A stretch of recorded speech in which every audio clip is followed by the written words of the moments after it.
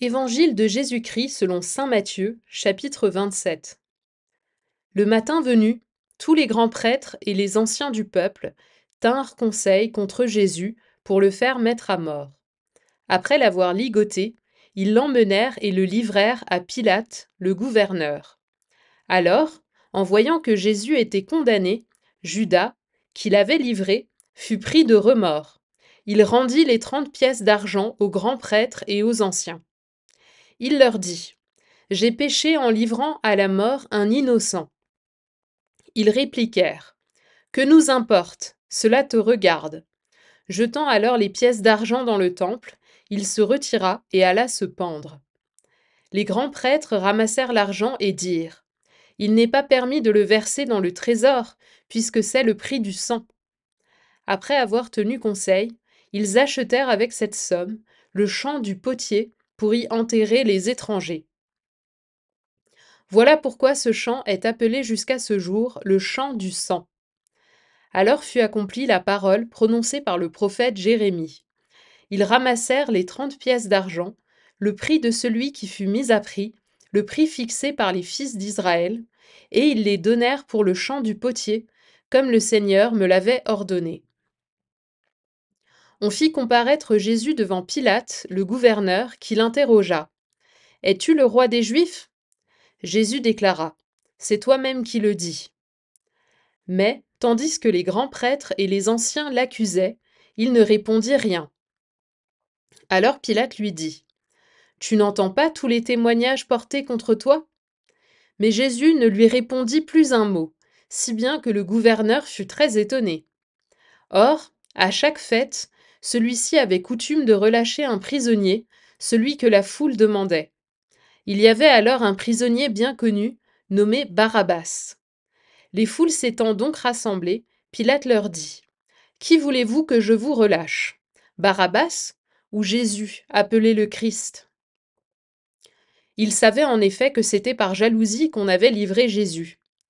Tandis qu'il siégeait au tribunal, sa femme lui fit dire: Ne te mêle pas de l'affaire de ce juste, car aujourd'hui j'ai beaucoup souffert en songe à cause de lui. Les grands prêtres et les anciens poussèrent les foules à réclamer Barabbas et à faire périr Jésus. Le gouverneur reprit: Lequel des deux voulez-vous que je vous relâche? Ils répondirent: Barabbas. Pilate leur dit: Que ferai-je donc de Jésus appelé le Christ? Ils répondirent tous: Qu'il soit crucifié. Pilate demanda: Quel mal a-t-il donc fait? Il criait encore plus fort: Qu'il soit crucifié. Pilate, voyant que ses efforts ne servaient à rien, sinon à augmenter le tumulte, prit de l'eau et se lava les mains devant la foule, en disant: Je suis innocent du sang de cet homme. Cela vous regarde. Tout le peuple répondit: Son sang, qu'il soit sur nous et sur nos enfants. Alors, il leur relâcha Barabbas. Quant à Jésus, il le fit flageller, et il le livra pour qu'il soit crucifié. Alors les soldats du gouverneur emmenèrent Jésus dans la salle du prétoire et rassemblèrent autour de lui toute la garde. Ils lui enlevèrent ses vêtements et le couvrirent d'un manteau rouge. Puis, avec des épines, ils tressèrent une couronne et la posèrent sur sa tête. Ils lui mirent un roseau dans la main droite et, pour se moquer de lui, ils s'agenouillaient devant lui en disant: Salut, roi des Juifs! Et, après avoir craché sur lui, ils prirent le roseau et ils le frappaient à la tête. Quand ils se furent bien moqués de lui, ils lui enlevèrent le manteau, lui remirent ses vêtements et l'emmenèrent pour le crucifier.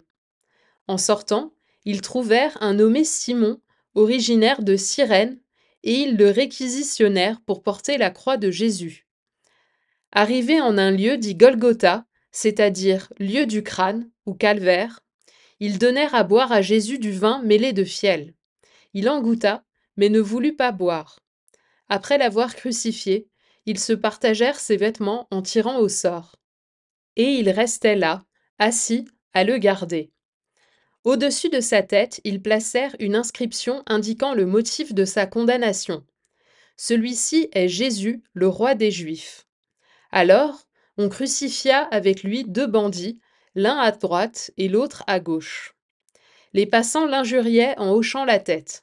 Ils disaient: Toi qui détruis le sanctuaire et le rebâtis en 3 jours, sauve-toi toi-même, si tu es fils de Dieu, et descends de la croix. De même, les grands prêtres se moquaient de lui avec les scribes et les anciens, en disant: Il en a sauvé d'autres, et il ne peut pas se sauver lui-même. Il est roi d'Israël. Qu'il descende maintenant de la croix, et nous croirons en lui. Il a mis sa confiance en Dieu. Que Dieu le délivre maintenant, s'il l'aime.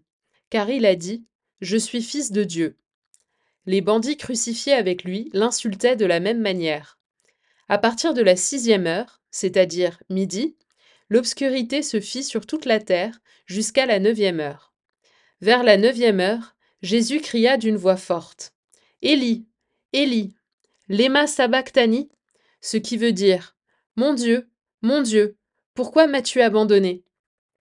L'ayant entendu, quelques-uns de ceux qui étaient là disaient: Le voilà qui appelle le prophète Élie. Aussitôt, l'un d'eux courut prendre une éponge qu'il trempa dans une boisson vinaigrée. Il la mit au bout d'un roseau, et il lui donnait à boire. Les autres disaient: Attends, nous verrons bien si Élie vient le sauver. Mais Jésus, poussant de nouveau un grand cri, rendit l'esprit. Et voici que le rideau du sanctuaire se déchira en deux, depuis le haut jusqu'en bas. La terre trembla et les rochers se fendirent. Les tombeaux s'ouvrirent.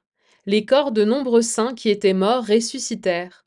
Et, sortant des tombeaux après la résurrection de Jésus, ils entrèrent dans la ville sainte et se montrèrent à un grand nombre de gens. À la vue du tremblement de terre et de ces événements, le centurion et ceux qui, avec lui, gardaient Jésus, furent saisis d'une grande crainte et dirent: Vraiment, celui-ci était fils de Dieu. Il y avait là de nombreuses femmes qui observaient de loin. Elles avaient suivi Jésus depuis la Galilée pour le servir. Parmi elles se trouvaient Marie-Madeleine, Marie, mère de Jacques et de Joseph, et la mère des fils de Zébédée. Comme il se faisait tard, arriva un homme riche, originaire d'Arimathie, qui s'appelait Joseph, et qui était devenu, lui aussi, disciple de Jésus. Il alla trouver Pilate pour demander le corps de Jésus. Alors Pilate ordonna qu'on le lui remette. Prenant le corps, Joseph l'enveloppa dans un linceul immaculé et le déposa dans le tombeau neuf qu'il s'était fait creuser dans le roc.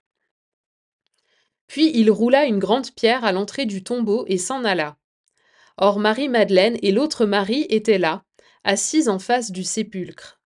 Le lendemain, après le jour de la préparation, les grands prêtres et les pharisiens s'assemblèrent chez Pilate, en disant: Seigneur, nous nous sommes rappelés que cet imposteur a dit, de son vivant: 3 jours après, je ressusciterai.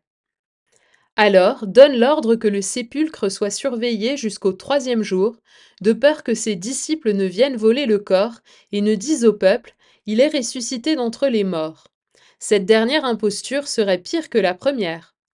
Pilate leur déclara: Vous avez une garde. Allez, organisez la surveillance, comme vous l'entendez. Ils partirent donc et assurèrent la surveillance du sépulcre, en mettant les scellés sur la pierre et en y plaçant la garde.